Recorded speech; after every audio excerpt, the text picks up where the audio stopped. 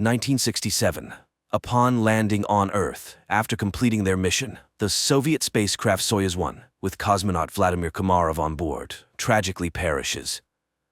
Many years later, under the leadership of the Swedish billionaire Meyer, an expedition to Mars is being prepared. After 10 months, the crew of the spaceship Ulysses reaches the Red Planet. The captain informs the team that they have received permission to land and asks the ship's AI, named Irene, to verify everything required for a soft landing. At this time, Meyer reveals that he spent 4 years preparing for this journey, sacrificing almost all his money for it. However, the American company Zillion beat them to it by landing 2 weeks ago. The problem is that Earth has received no news from the American crew, except for one video in which they ask not to come to Mars. A dispute arises among the crew members, but the captain declares that the landing will occur in any case, and people disperse to their cabins. With 30 minutes left until landing, AI Irene begins preparations. However, an unforeseen event occurs. The ship does not detach from the carrier system, posing a threat to the entire crew. The only way out is to perform the separation manually. The commander ventures into space and struggles to free the attachments, but at that moment, the shuttle enters Mars's atmosphere, throwing the captain into open space. The shuttle almost crashes onto Mars as a system error causes a power outage. Now, they can only rely on manual landing. AI Irene goes into sleep mode, and the astronauts still manage to land on Mars. They succeeded, but their fuel is depleted, and Irene does not restart. Without the onboard computer and life support system, they have only a day to survive. Alessandra mourns her deceased husband when she sees a figure in a spacesuit through the window. After diagnosing the ship, it becomes apparent that too much fuel was consumed during the landing, and now the ship cannot return to orbit.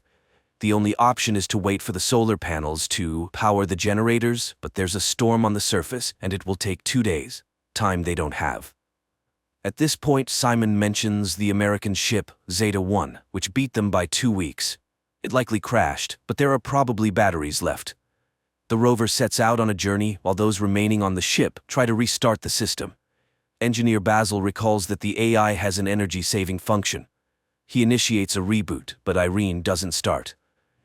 At this time, the rover finds the wreckage of the American spacecraft and one surviving solar panel, but there is no sign of the American crew.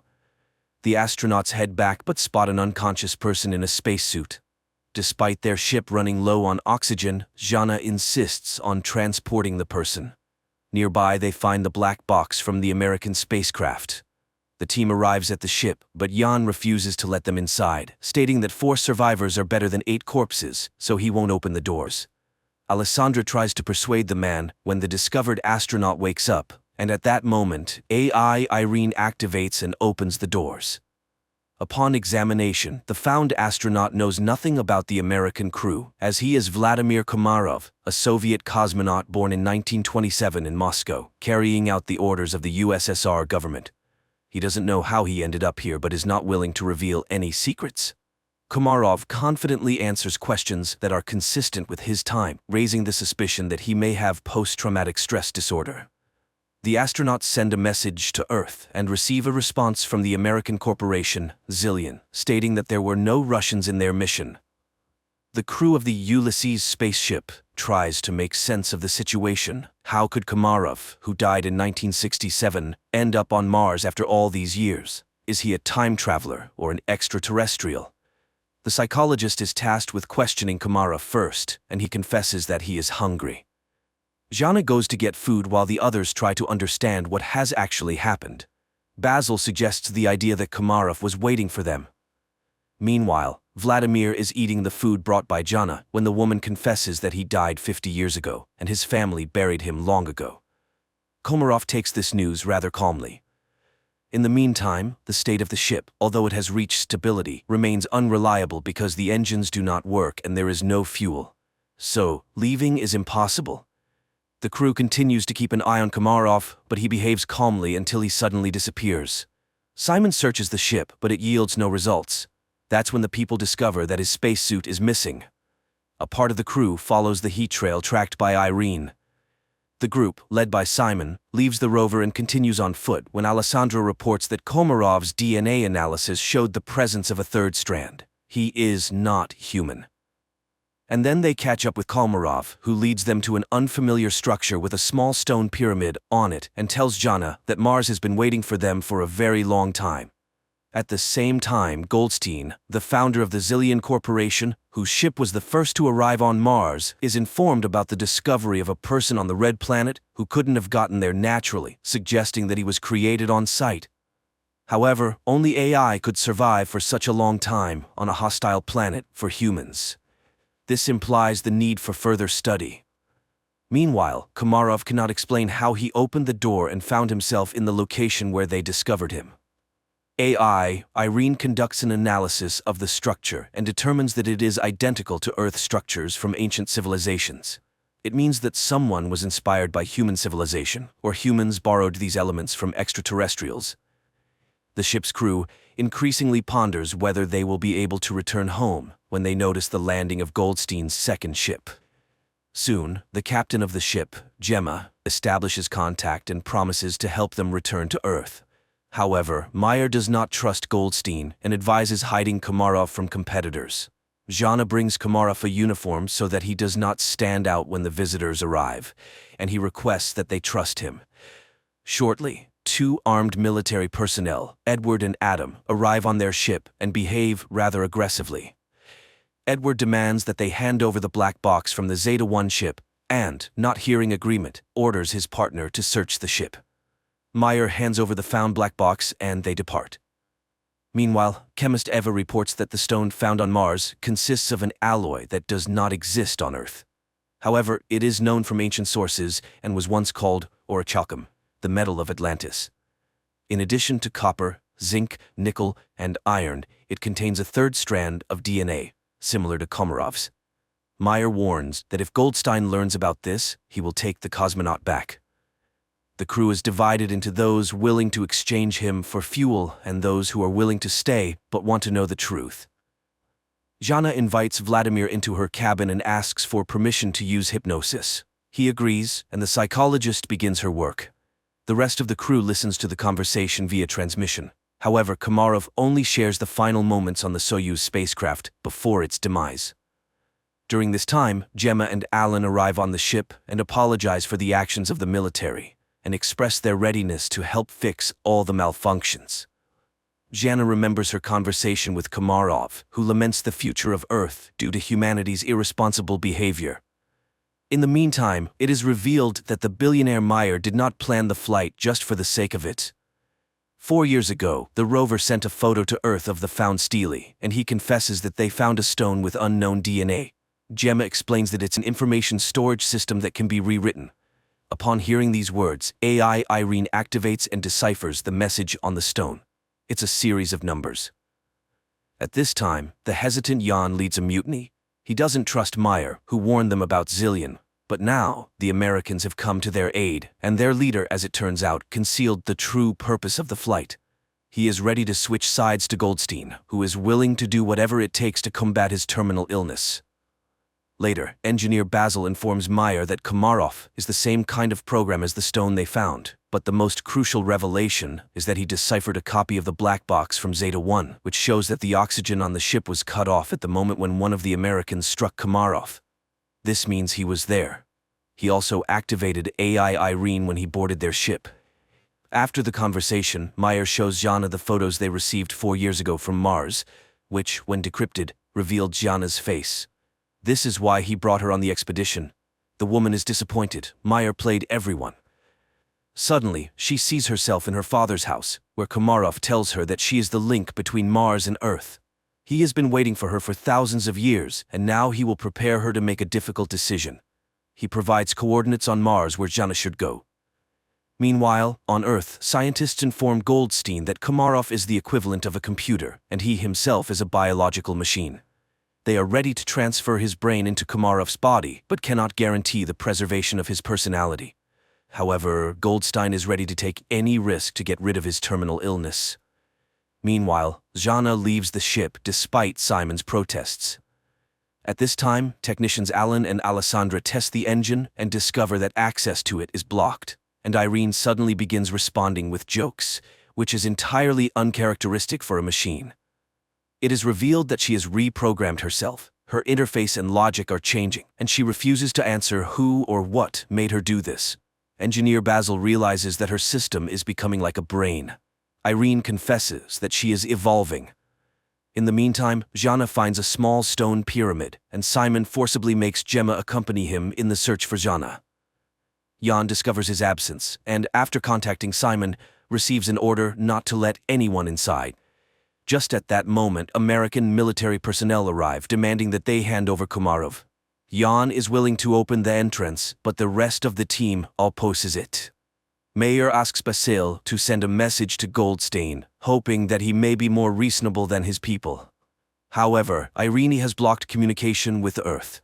The engineer realizes that radical measures will have to be taken, but Jan still opens the doors, and the military personnel enter. Basil begins to reboot Irene, just as the Americans find Komarov, but then the lights go out, and the astronaut disappears. Meanwhile, Jana, stumbling, falls from a hill. She regains consciousness but discovers that her leg is trapped between rocks, and she cannot free herself. At this moment, the enraged military officer demands that the crew explain where Komarov went. He begins to beat people, demanding to summon the captain.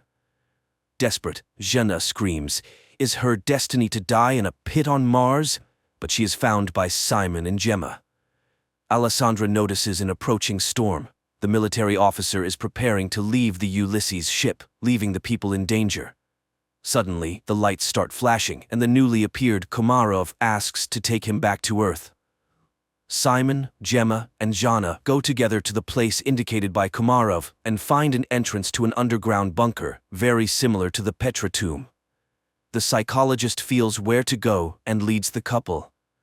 Soon, they find real water, but this is not what Komarov wanted to show them. Meanwhile, on Earth, Goldstein tells the nurse a story about the study of Mars. People were searching for green men, but it's all much simpler. He tells the story of the loyal dog Hachiko and compares Komarov to him, who was created by someone 100,000 years ago and left on Mars, where he faithfully waited for his owner to this day. At this time, on Mars, the astronauts find a wall made of human bones and realize that they are not the first people on this planet. It's not Earthlings colonizing Mars, it's the Martians who came to Earth, depleting the resources of the Red Planet. A tragedy unfolds on the Ulysses spaceship. The cowardly Yan grabs a gun, intending to get on the American ship at any cost to return to Earth, and shoots Komarov. Jana immediately falls in excruciating pain and Gemma flees. Alessandra tries to help Komarov, and Simon helps Jana, but the Russian cosmonaut dies, and Jana stops breathing too. Then Simon removes his helmet and, surprised by the presence of air in the cave, performs artificial respiration on her. The girl regains consciousness. Gemma walks toward the Ulysses ship when she's informed of Komarov's death and the approaching storm. Meanwhile, Meyer secretly goes in search of his crew members because the Americans refuse to take the billionaire's team back to Earth. At this moment, a recovering Jana sees the light in the bunker and leads Simon to it. Upon coming out, the astronauts see a figure in a spacesuit in front of them and recognize Komarov. Meyer finds the entrance to the bunker and catches up with Simon and Jana while heading toward the light. He is amazed by the presence of a living Komarov who suddenly tells them that everything ended here a long time ago. People realize that this is the North Pole of Mars, but how did they get here? Komarov explains that this planet was once inhabited by a species that went extinct because it went astray. And that species was humans. A group of survivors settled in this place but ended up killing each other when resources ran out. The rest of them flew back to Earth. Plato called them the Atlanteans. Komarov continues to talk about how he waited for thousands of years for Jana, who embodies qualities of both branches, human and Martian AI. Only she can save humanity from themselves. She must decide whether humans deserve a second chance. Their conversation is interrupted by the military officer who intends to take the psychologist back to Earth. The American aims his weapon at the cosmonauts, and Jana seeks help from Komarov. Suddenly, the military officer starts gasping for breath and falls. Upon returning to the ship, Simon orders them to prepare to depart. Meanwhile, Gemma from the Zillion ship tries to contact her associates, but none of them respond. She decides to fly back to Earth alone.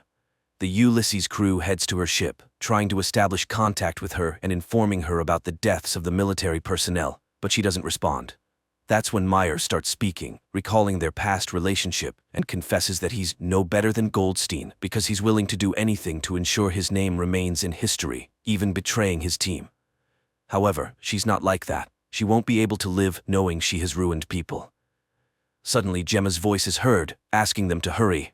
Goldstein has heard that Gemma has decided to take the Ulysses crew back to Earth and has blocked the control panel of the Zeta-2 ship before takeoff. The people on the ship prepare for their impending demise, and Jana asks Mars what she should do. Everything she saw and heard on the red planet flashes through her mind, and, with sheer willpower, she removes the control panel's block.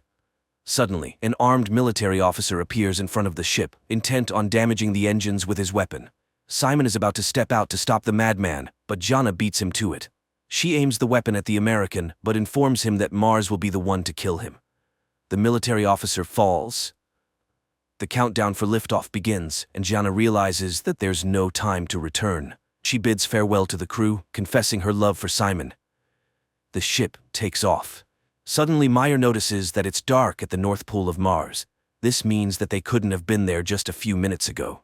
They truly were at the North Pole of Mars, but in the distant past when the red planet was still suitable for life.